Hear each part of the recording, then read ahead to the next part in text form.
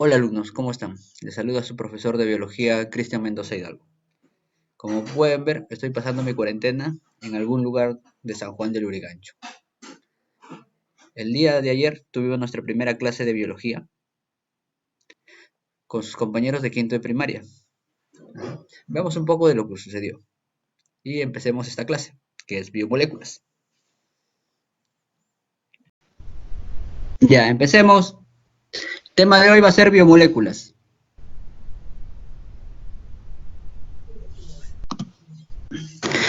Como hemos recordado en la clase anterior, hemos hecho bioelementos, elementos.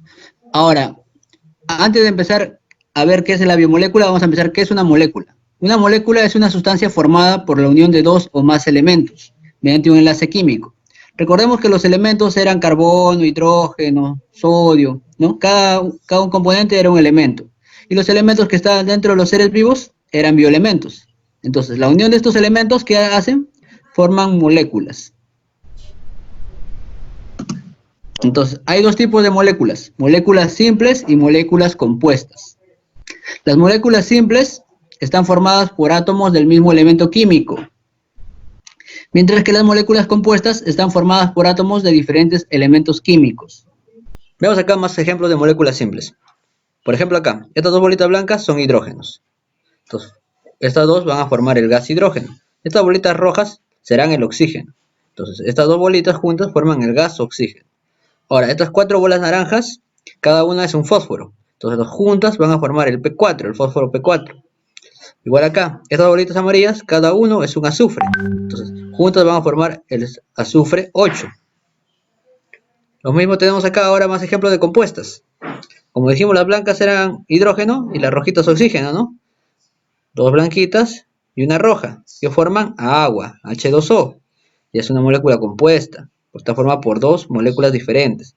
Ahora acá también, el centro va a ser el carbono y cada rojito va a ser un oxígeno. Entonces tenemos otra molécula compuesta porque hay dos moléculas diferentes, ¿no? Dióxido de carbono. Y ahora vemos acá, una mezcla de blanca, rojo y negro. Bastantes, ¿no? El rojito es oxígeno, el blanco hidrógeno y el negrito carbono. Y esta molécula sería la molécula de la glucosa, formada por 6 carbonos, 12 hidrógenos y 6 oxígenos. Entonces podremos definir a una biomolécula como las moléculas que se encuentran dentro de los seres vivos. Dividiremos a las biomoléculas en dos tipos, en inorgánicas y orgánicas. Dentro de las inorgánicas tenemos al agua, gases y sales minerales, mientras que dentro de las orgánicas tenemos proteínas, carbohidratos, lípidos y ácidos nucleicos. Ahora, vamos a definir qué es una molécula orgánica. Una molécula orgánica es aquellas moléculas que dentro de su estructura vamos a encontrar siempre un carbono. Este puede estar ligado a otros carbonos y a otros hidrógenos. Tenemos algunas excepciones, como el CO2 y sus derivados. Por ejemplo acá, tengo aquí mi enlace carbono-carbono y carbono-hidrógeno. Esta es una molécula orgánica. Vemos acá. Acá también hay una molécula de carbono y está ligada a los hidrógenos. También es molécula orgánica. En cambio, tengo acá los derivados de CO2, los cuales no son moléculas orgánicas. Vemos el carbono, pero no vemos enlace carbono-carbono ni carbono-hidrógeno, ¿no? Es por ello que esas moléculas no son orgánicas. Son moléculas inorgánicas. Empezaremos a hablar de la molécula inorgánica más importante de todas, el cual es el agua. El agua ocupa entre el 60 y el 70% de nuestro peso. Todo esto depende de la edad. Generalmente se dice que es el 70%. Todos los seres vivos tenemos agua. Por ejemplo, acá vemos que dentro de una célula hay una gran cantidad de agua. Dentro de nuestra misma sangre, ¿sí o no? La gran mayoría de nuestra sangre es líquida. ¿Por qué? Porque tiene agua. Y aunque tú no consumas agua de forma directa, cuando te alimentas de una u otra forma, estás consumiendo agua, ya que estos alimentos también contienen una cantidad de agua. Pasamos a la siguiente diapositiva. Veamos estas propiedades del agua. El agua no tiene color, por eso es incolora. El agua no tiene olor, por eso se dice que es inodora. Y no tiene sabor, por eso se le dice insípida. También el agua toma la forma del recipiente que lo contiene. Por ejemplo, tú vacías el agua en un vaso, el agua tendrá la forma del vaso. Si lo vacías en una jarra, el agua tendrá la forma de la jarra. Veamos estas otras propiedades. Dipolaridad.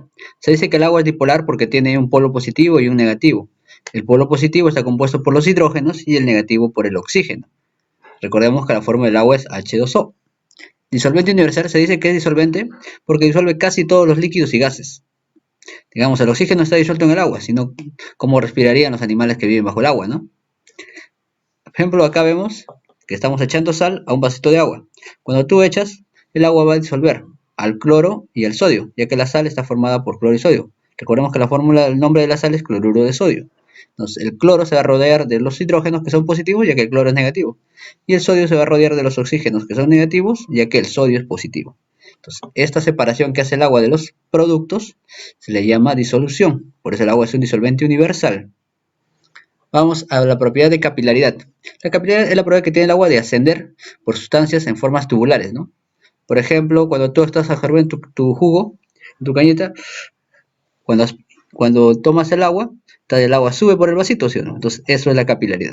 En las plantas, el agua de las raíces les permite subir y regarse por toda la planta, hacia sus hojitas, hacia sus flores, etc. Ahora veamos otra propiedad. La tensión superficial le permite a los objetos de poco peso flotar sobre el agua. El agua ejerce una fuerza sobre la superficie, que es generada por sus moléculas de oxígeno, que están tensionadas, ¿no? Porque estas están enlazadas por puentes de hidrógeno, generando una capa de fuerza. Esta fuerza se llama tensión superficial. Siguiente propiedad es la termorregulación. ¿Qué significa esto? Que el agua tiende a absorber el calor. Cuando tú haces bastante ejercicio, tu cuerpo se calienta. Entonces, ¿qué hace tu cuerpo? Empieza a sudar. ¿Por qué? El sudor tiene que eliminar ese exceso de calor que está aumentando tu temperatura. ¿Cómo lo hace? A través del agua. El agua que se va es el sudor. De esa forma, el agua elimina el calor. Es por eso que el agua es una termorreguladora. Veamos lo siguiente. Solidificación. ¿Qué significa? Es el punto en el cual el agua se congela. ¿En qué punto el agua se congela? Se congela a los 0 grados centígrados. Ebullición es el punto en el cual el agua se evapora. ¿A qué temperatura se evapora el agua? A los 100 grados centígrados. Por ello tenemos que el agua en estado sólido, el hielo, es a los 0 grados centígrados. En estado líquido se mantiene de los 4 centígrados, ¿no? Para arriba. El gaseoso, en estado gaseoso, a partir de los 100 grados centígrados, porque acá ya se vuelve vapor. Ahora veamos las sales minerales. De manera rápida, las vamos a dividir en dos. Sales precipitadas y sales disueltas. Las precipitadas se encuentran formando estructuras duras. Por ejemplo, acá tenemos el carbonato de calcio, que lo encontramos en las conchitas de los moluscos, formando esqueletos de corales, en la cáscara de huevo también. Y tenemos el fosfato de calcio. ¿Dónde encontramos esta sal? Lo encontramos formando el esqueleto, ¿sí o no? También lo encontramos en los dientes. Ahora, las sales disueltas son aquellas sales que se disuelven en un líquido, formando cationes y aniones. El anión siempre va a ser las moléculas o átomos negativos y los cationes van a ser las moléculas o átomos positivos. En este caso tenemos acá sulfatos, bicarbonatos, fosfatos, nitratos y cloruros, ¿no? Todos estos son negativos, son aniones, pero estos son parte de una sal, ¿no? Que se ha disuelto. Y tenemos acá los cationes, sodio, potasio, calcio, magnesio. ¿De qué nos damos cuenta? Que cuando hablamos de bioelementos, hablábamos de estos, ¿no? Entonces, estas sales son los famosos bioelementos que tenemos. Ahora, veamos acá.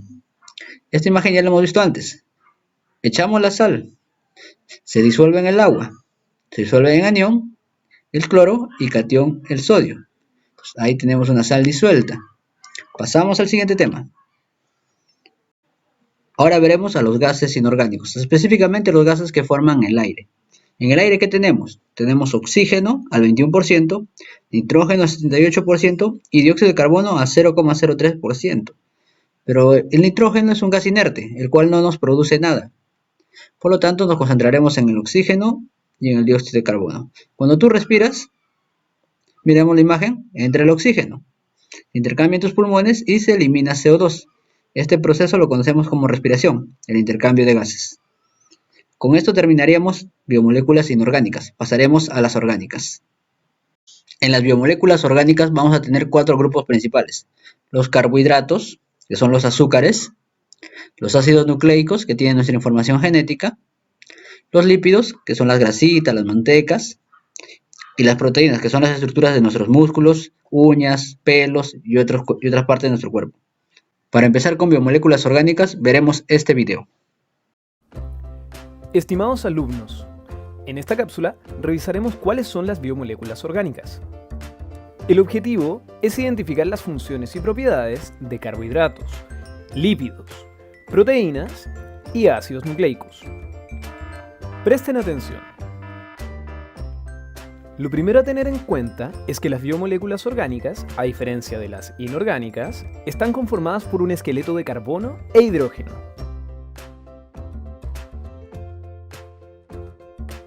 La primera biomolécula que veremos son los carbohidratos, los que se componen principalmente de carbono, hidrógeno y oxígeno.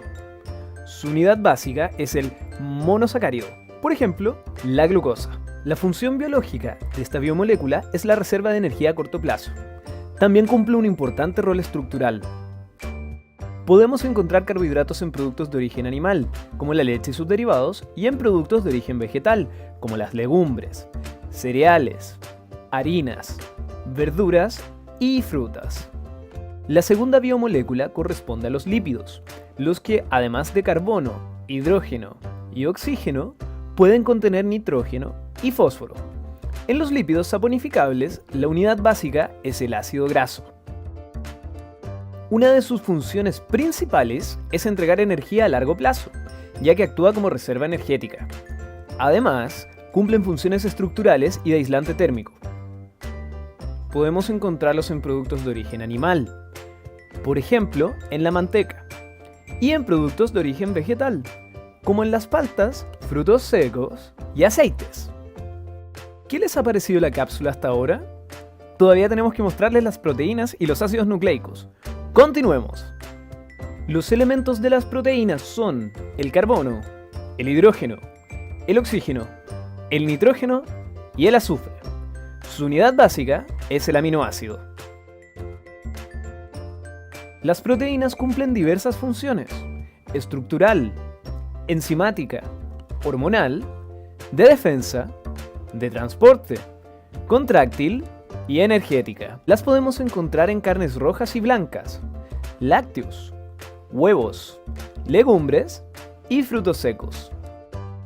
Finalmente, los ácidos nucleicos se componen principalmente por los elementos carbono, hidrógeno, oxígeno, nitrógeno y fósforo. Su unidad básica son los nucleótidos. La función biológica que tienen los ácidos nucleicos es almacenar y transmitir la información genética. Hay dos tipos de ácidos nucleicos: el ADN, que es el encargado de codificar la información genética guardando las características de los organismos, y el ARN, que decodifica el mensaje genético del ADN y lo traduce a proteínas. Estudiantes, aquí concluye la cápsula de síntesis de biomoléculas orgánicas que les preparamos. Podemos resumir del video lo siguiente.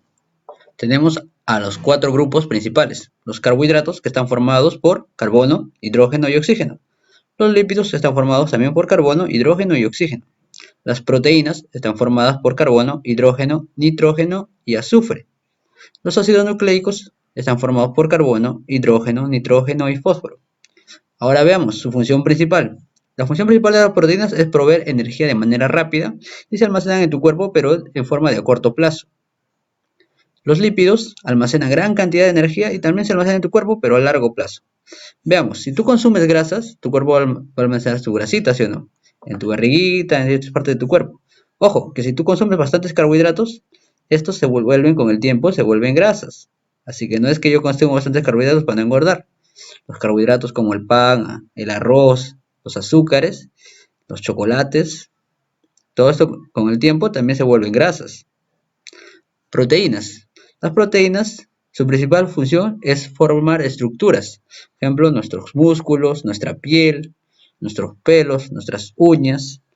Todo eso son proteínas, ¿no? Otro caso podemos ver las telarañas de las arañitas. Esa también está hecho de proteínas. Es una estructura creada por un animalito.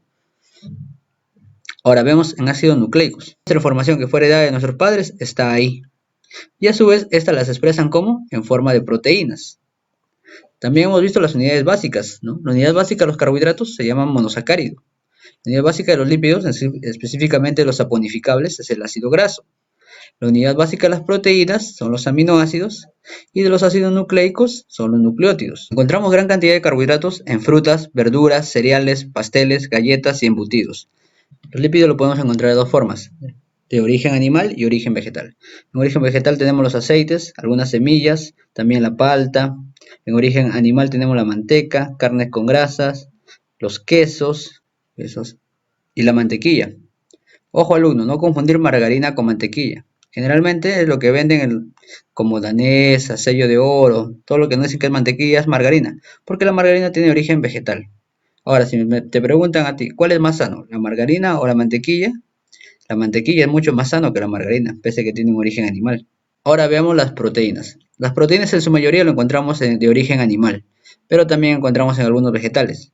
Por ejemplo, en las semillas, ¿no? Que tenemos acá garbanzos, lentejas, alberjas, avena y otras. También podemos encontrarlo en brócoli, coliflor, en productos de origen animal como carne, huevo, leche, queso, etc. El ADN y el ARN está presente en todos los seres vivos. Solo acotaremos las diferencias. El ADN es de doble cadena, mientras que el ARN es de una sola cadena. Tiene más diferencias, pero solo veremos esta por el momento. El ADN es de doble cadena y el ARN es de una sola cadena. Por último, veremos los principios inmediatos. ¿Qué son los principios inmediatos? Simplemente es la cantidad de compuestos orgánicos e inorgánicos que contiene un alimento. Veamos un ejemplo. Aquí tenemos al cerdito, por ejemplo. Su carne contiene esta cantidad de calorías, ya sea en estado fresco o cocinada. La cantidad de proteínas también, esta cantidad, todo esto por 100 gramos.